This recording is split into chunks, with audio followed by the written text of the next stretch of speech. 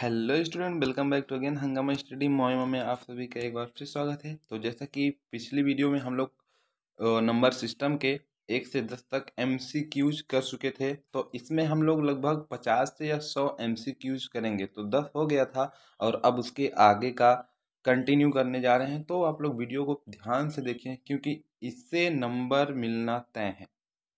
आप one day exam देंगे तब भी आएगा। अगर आप कंप्यूटर के फील्ड में कोई भी एग्ज़ाम देते हैं तो इसका सबसे बेसिक पार्ट ही होता है और पहला ही यूनिट होता है नंबर सिस्टम। तो इसमें से कम आपको 10 से 15 नंबर मिलते हैं। तो आप इसे अच्छे से पढ़िए। ओके, तो अब ये बिना टाइम वेस्ट किए हम लोग वीडियो कर लेते हैं स्टार्ट। तो हम लोग यहाँ तक पढ़ चुके थे 10 तक, अब 11 से स्टार्ट करेंगे। तो 11 से स्टार्ट करने से पहले उन डेडिकेशन और उन छात्रों को मेरी तरफ से एक सैल्यूट जो अपने सपने और अपने पेरेंट्स के सपनों को साकार करने के लिए दिन रात पढ़ रहे हैं और बहुत अच्छे से मेहनत कर रहे हैं। और उन सभी स्टूडेंट को लिए हंगामा स्टडी उनके साथ हमेशा है। अगर आप लोगों को कोई भी हेल्प चाहिए आप लोग कमेंट कीजिए, होप सो मैं ज़रूर करूँगा। तो आइए अब क्वेश्चन देख लेते हैं। क्वेश्चन नंबर 11 क्या कह रहा है? क्वेश्चन नंबर 11 कह रहा है, ये देखिए ये सब ना हम आपको करवा चुके हैं, ठीक है। अगर आप जाके प्रीवियस वीडियो में देखेंगे तो ठीक है, मतलब इसका जो प्रैक्टिकल है कह रहा है 110.1011 की संख्या के अष्टक के बराबर है। ठीक है, किसके बराबर है? अष्टक के।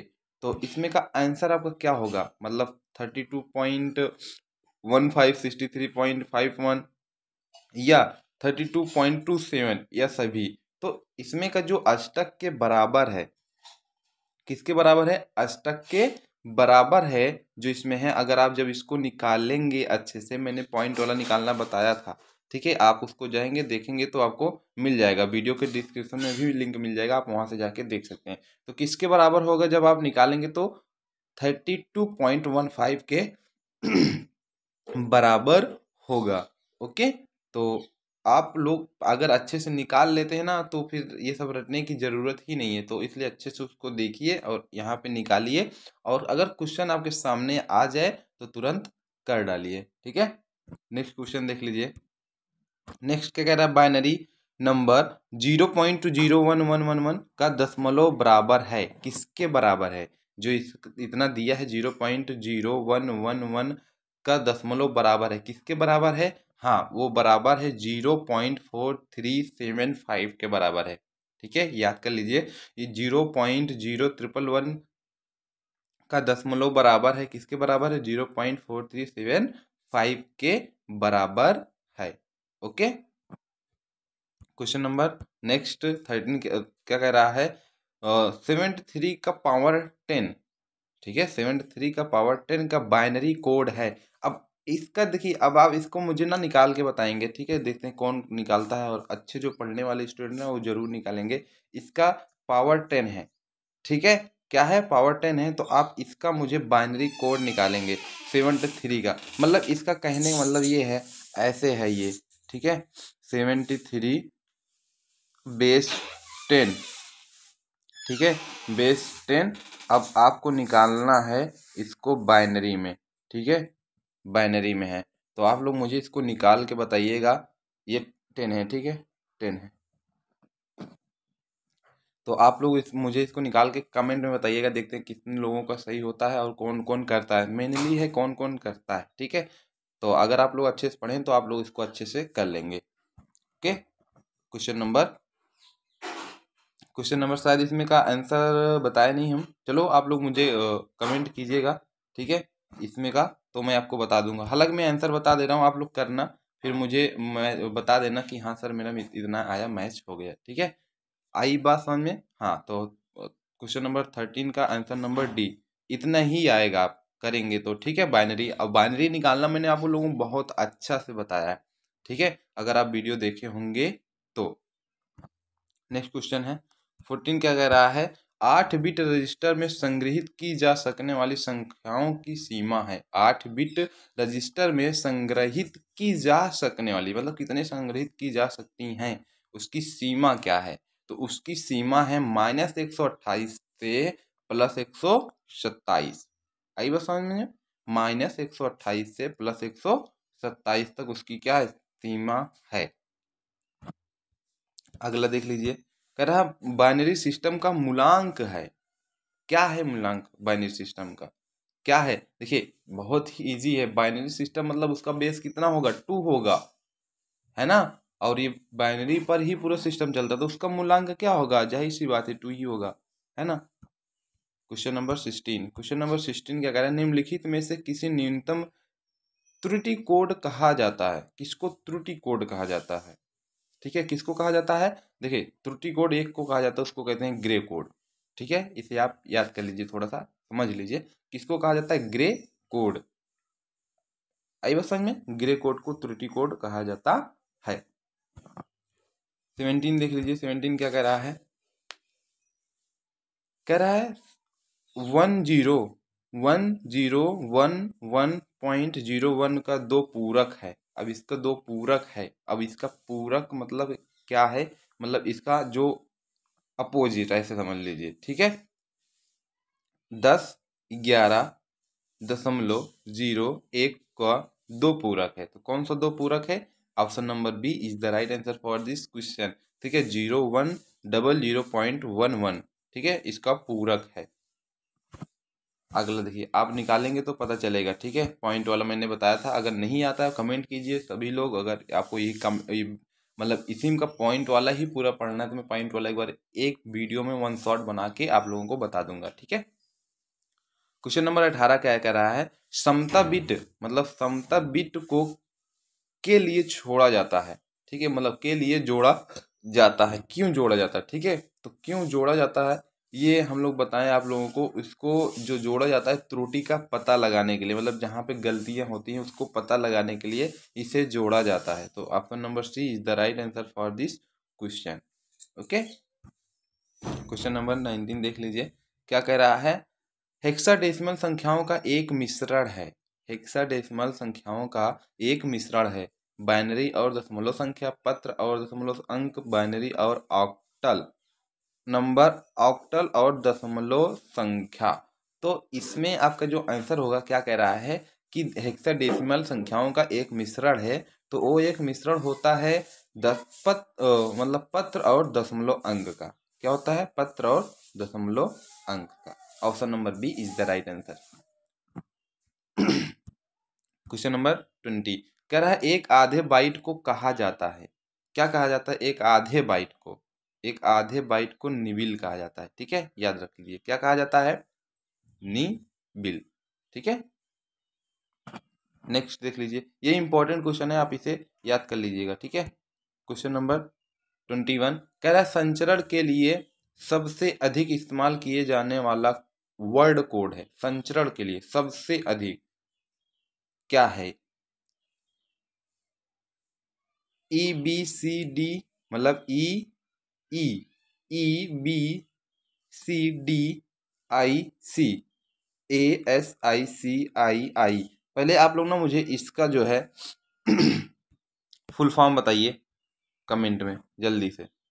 ठीक है, इसका मुझे क्या बताएंगे कमेंट में? फुल फॉर्म बताएंगे आप लोग, और इसका आप जल्दी से बताएंगे क्या होता है। ठीक है, अगला देखिए, इसमें क्या कह रहा है? संचरण के लिए सबसे अधिक इस्तेमाल किए जाने वाला वर्ड कोड है। तो इसमें से देखिए, एक दोनों ए और बी है कि इनमें से कोई नहीं है। तो इसमें से कोई नहीं है। ठीक है, क्या है? इसमें से कोई नहीं है। और पहले फिर से एक बार वही आप लोग अच्छे से पढ़िए और अपने सपनों को साकार कीजिए। देखिए अभी हम लोग एंजॉय कर रहे हैं, ये अलग बात है, लेकिन आने वाले टाइम में आपको रोना ना पड़े, आपको बाहर ना जाना पड़े फैमिली को छोड़कर, यहीं पे रहकर अच्छे से अपने लाइफ को स्पेंड कर सकें, उसके लिए आज मेहनत कर लीजिए। कल आपको आराम करने का मतलब कल आपको मेहनत करने का टाइम ही नहीं आएगा, बस इंजॉय ही करेंगे और विथ फैमिली। तो अच्छे से पढ़िए और लाइफ को एंजॉय कीजिए। ठीक है, क्वेश्चन नंबर 22 सॉरी 22 हाँ क्वेश्चन नंबर 22। क्वेश्चन नंबर 22 कह रहा है बाइनरी नंबर 1001101 किस हेक्साडेसिमल के बराबर है। कि अब इसको मुझे नहीं बताना और ये क्वेश्चन मुझे आप करके बताएंगे कमेंट में। क्या हम बताएंगे? कमेंट में करके बताएंगे। इतना अच्छे से पढ़ाए हैं और काफ़ी लोग तो बोले भी हैं कि समझ में आ गया अच्छे से। तो कहाँ बताएंगे? कमेंट में करके बताएंगे इसे। ओके, जल्दी से आगे देख लेते हैं। कह रहा है द्विधारी कोडित द्विधारी द्विआधारी मतलब कोडित दशमलव कोड 011000011 जो दशमलव अंक कोड के बराबर है। किसके कोड के बराबर है? तो 103 कोड के बराबर है। ओके, और एक बार आप लोग चैनल को सब्सक्राइब नहीं किए तो हंगामा स्टडी को कर लीजिए सब्सक्राइब, ताकि आप लोगों को ऐसे ही वीडियो मिलते रहें। और हाँ, आप लोगों से एक पूछना ये है कि क्या अभी हम लोग HTML CSS पढ़ना स्टार्ट करें या ना करें? ओके, बता दीजिएगा कमेंट में। नेक्स्ट देख लीजिए। दशमलव संख्या 80 को BCD कोड के रूप में दर्शाया जा सकता है। तो बताइए 80 को BCD के रूप में कैसे दर्शाया जा सकता है। और आप मुझे इसको भी निकालेंगे, ठीक है। BCD मतलब आप समझ रहे हैं ना, बाइनरी वाले, उसी में आप उसको भी निकाल दीजिएगा, ठीक है। आप इसका BCD आप निकाल लीजिएगा, ठीक है। और मुझे कमेंट में बताइएगा जरूर। हालांकि मैं इसको आंसर आपको बता दे रहा हूँ, ठीक है। इसका आंसर होगा आपका option number D is the right answer for this question. Next देख लीजिए। नेक्स्ट क्या कह रहा है, बाइनरी सिस्टम में जो दो का पूरक व्यक्त करने के लिए मतलब व्यक्त करने के लिए उपयोगी है। बाइनरी सिस्टम में दो का पूरक व्यक्त करने के लिए उपयोगी है। तो क्या उपयोगी है वो जानिए, ठीक है। क्या उपयोगी है? नकारात्मक संख्या। जी, नकारात्मक। हम लोग उसका क्या करते हैं, उसको मतलब वन स्ट्रिंग्स उसको बोलते हैं ना, हम लोग उसको ऐसे ही करते हैं नकारात्मक संख्या से, ठीक है। Question number 26। क्वेश्चन नंबर 26 कह रहा है दशमलव संख्या को रौंदने का परिणाम है -22.56, ठीक है। तो इसका क्या परिणाम है ये भी देख लीजिए। इसका परिणाम आपका है -22। क्या है? -22। आई होप आपको समझ में आ रहा होगा। क्वेश्चन नंबर देख लीजिए 27। और इसमें आपको मैं एक बार फिर से पूछ रहा हूँ, ASCII का फुल फॉर्म आप मुझे कमेंट में बताएंगे और वही लोग बताएंगे जो पढ़ने वाले हैं, और नालायकों से मुझे कोई लेना देना नहीं है। तो अभी एक कोड है, क्या है? वर्णमाला कोड है, संख्यात्मक कोड है, अल्फा न्यूमेरिक कोड है या चक्रीय कोड है? तो कौन सा ये कोड है? ये क्या है? अल्फा न्यूमेरिक कोड है। ओके, 28 क्या कह रहा है, फ्लोटिंग पॉइंट नंबरों का आम तौर पर प्रतिनिधित्व करने के लिए उपयोग किया जाता है। फ्लोटिंग पॉइंट जो पॉइंट वाला होता है, तो इसमें इसका जो पॉइंट का वो है, तो हम लोग जो पॉइंट का जो प्रतिनिधित्व किया जाता है आमतौर पर बहुत बड़ी या छोटी संख्या के लिए किया जाता है, ठीक है। बहुत बड़ी या छोटी संख्या के लिए किया जाता है, ठीक है। बहुत बड़ी या छोटी संख्या के लिए किया जाता है। Option number A is the right answer for this question. I hope आपको समझ में आ गया होगा। तो क्वेश्चन नंबर नेक्स्ट देख लीजिए। क्वेश्चन नंबर नेक्स्ट कह रहे 0.7 के लिए ग्रे कोड है। 0.7 के लिए ग्रे कोड है। आप इसको निकाल लेंगे तो आपको पता चल जाएगा। अगर आप लोग कमेंट करेंगे नहीं निकाल पाएंगे तो हम आपको बता देंगे। आई बात समझ में? तो इसका क्या आंसर है? Option number C is the right answer, 0100। इसका ग्रे कोड है। नेक्स्ट देख लीजिए। कह रहा है दशमलव में व्यक्त 13 बाइट्स या तो सॉरी 13 बिट्स पूरक संख्याओं की सीमा से है। तो कितनी सीमा से है? तो इसकी जो सीमा से है ये -128 टू 127, ठीक है। आई होप ये मैंने अभी कराया इससे पहले। तो आई होप आपको समझ में आ गया होगा सारे क्वेश्चन और अच्छे से। तो अभी आपके जो क्वेश्चन होते हैं ऐसे ही आते हैं, थोड़ा सा डिफिकल्ट टाइप होते हैं ये, और बाकी मैं अपने से अब बनाऊंगा, थोड़ा इजी बनाऊंगा और ऐसे ही आपको क्वेश्चन में आएगा। क्वेश्चन में ऐसे नहीं आएगा। अगर जब आप कहीं भी जाते एग्ज़ाम में देने, तो एग्ज़ाम में कैसे क्वेश्चन आएगा अब उसको मैं बताने वाला हूँ। तो आप लोग अच्छे से पढ़िएगा और चैनल को सब्सक्राइब कर लीजिए ताकि आपको सारी नोटिफिकेशन और नॉलेज मिलती रहे। Wish you well and keep growing. मिलते हैं नेक्स्ट वीडियो में। Tata bye bye.